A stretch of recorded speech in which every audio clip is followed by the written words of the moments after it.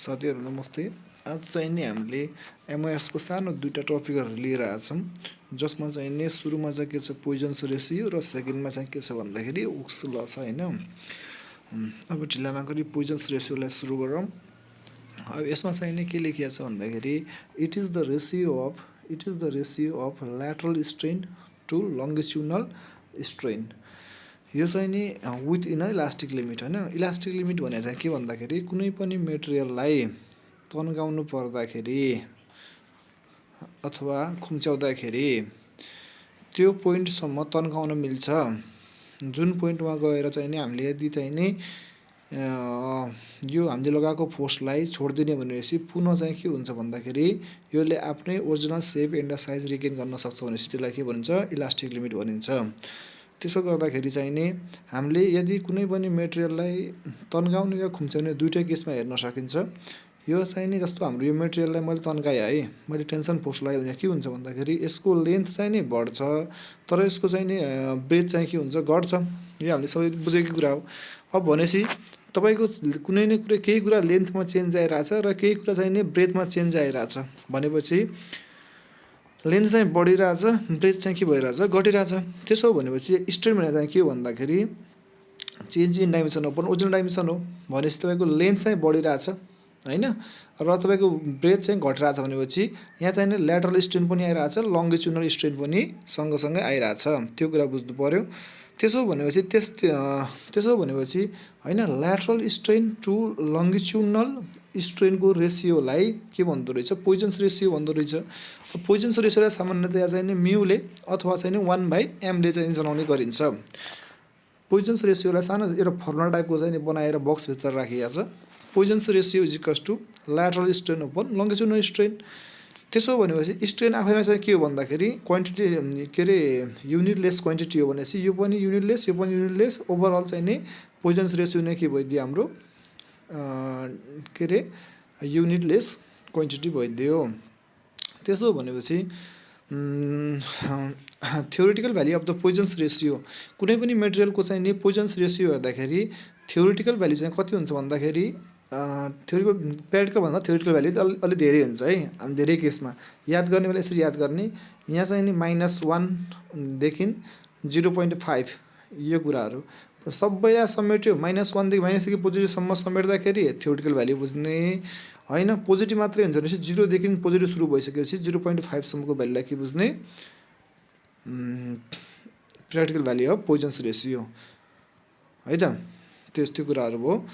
अब सामान्यतया चाहिँ यसमा हामीले बुझ्नुपर्ने भनेको कुरा चाहिँ भने के हो भन्दाखेरि it is the ratio of lateral strain to longitudinal strain and is denoted by the mu and 1/m भनेर बुझ्ने। यो कुराहरू चाहिँ नि एमसिक्यू को लागि भयो है त।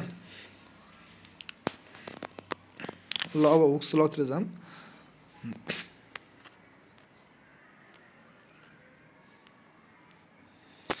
पोइजन्स रेसियोकै दुईटा भ्याल्यु यहाँ पनि रहेछ हाम्रो, त्यो पनि हेर्दिउँ। Poisson's ratio of the mild steel हैन, हामीले जुन माइल्ड स्टिल मेटेरियल लिन्छौँ नि स्ट्रेन कर्भ त्यहाँतिर, त्यसको चाहिँ नि पोइजन्स रेसियोको चाहिँ नि रेन्जमा छ 0.23 देखि 0.27 सम्म छ भनेपछि तपाईँको चाहिँ नि कङ्क्रिटको चाहिँ कति छ भन्दाखेरि 0.8 देखि तपाईँको के अरे 0.15 सम्म छ। त्यो कुरा आफै हेर्न सक्नुहुन्छ। यो चाहिँ नि खासमा एमसिक्यू को लागि अलि आउन सक्ला त्यो कुराहरू। अब हुक्सोलामा हेर्दाखेरि चाहिँ नि हेर्नुहोस् हुक्सोलामा चाहिँ स्टेटमेन्ट के छ भन्दाखेरि हुक्सोलाको हैन the stress induced in a material is directly proportional to the strain with in elastic limit. भने के भन्दाखेरि कुनै पनि मेटेरियललाई तन्काउँदाखेरि नि हुन्छ, थिच्दा नि हुन्छ है, कम्प्रेस गर्दा नि हुन्छ। जस्तो त्यो गर्दाखेरि यसको लेन्थ के हुन्छ बढ्छ, यसको लेन्थ बढ्छ कि बढ्दैन बढ्छ।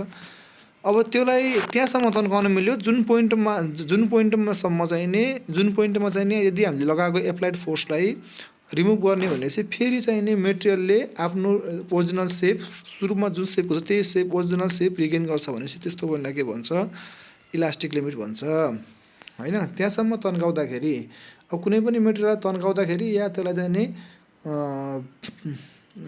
खुम्च्याउँदाखेरि चाहिँ के हुन्छ भन्दाखेरि त्यसमा चाहिँ नि स्ट्रेस प्रोड्युस हुन्छ हो। त्यो स्ट्रेस पनि प्रड्युस हुन्छ, सँगसँगै त्यसमा डाइमेन्सनमा चेन्ज पनि आइरहेको हुन्छ। त्यसो भनेपछि त्यसमा प्रड्युस हुने स्ट्रेस, कुनै पनि उसमा फोर्स लाग्ने बित्तिकै के भइहाल्छ भन्दाखेरि स्ट्रेस आइहाल्छ, किनकि स्ट्रेस भनेको के हो, फोर्स अन एरिया हो, force on cross section area हो। भनेपछि त्यो मेटेरियलमा प्रड्युस हुने स्ट्रेस चाहिँ के हुन्छ भन्दाखेरि हाम्रो स्ट्रेनको प्रड्युस हुने स्ट्रेससँग डाइरेक्टली प्रपोर्सनल हुन्छ भन्छ। हुक्स लले भनेको त्यही हो है, stress induced in a material is directly proportional to the strain within a elastic limit है, त्यो कुरा छ।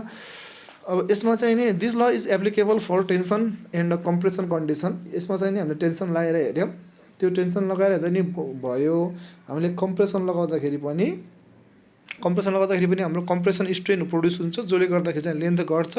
त्यसो भनेपछि त्यो इन्ड्युस हुने स्ट्रेस डाइरेक्टली प्रोपोर्सनल के हुन्छ, हाम्रो स्ट्रेन हुन्छ। त्यही भएर यहाँनिर नि दुइटै कन्डिसनका लागि एप्लिकेबल छ भन्छ। अब म्याथमेटिकली हेर्ने भनेपछि stress is directly proportional to strain छ। त्यसो भनेपछि stress is directly proportional to strain. अब यो प्रोपोर्सनालिटी साइन हटाउनलाई के गरिरहेको छ भन्दाखेरि यहाँनिर चाहिँ नि यङ्स मोडुलस अफ इलास्टिसिटी राखिदिएको छ। त्यसो भनेपछि अब हाम्रो रिलेसन चाहिँ के भइदियो भन्दाखेरि stress is equals to Young's modulus of elasticity times strain. Stress is equals to Young's modulus of elasticity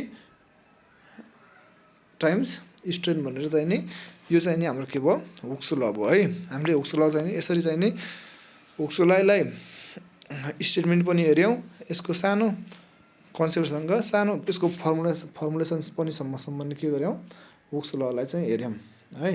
अब यसमा के कन्फ्युज छ भनेपछि भन्नु होला होइन। यति आजलाई यति गरौँ है त।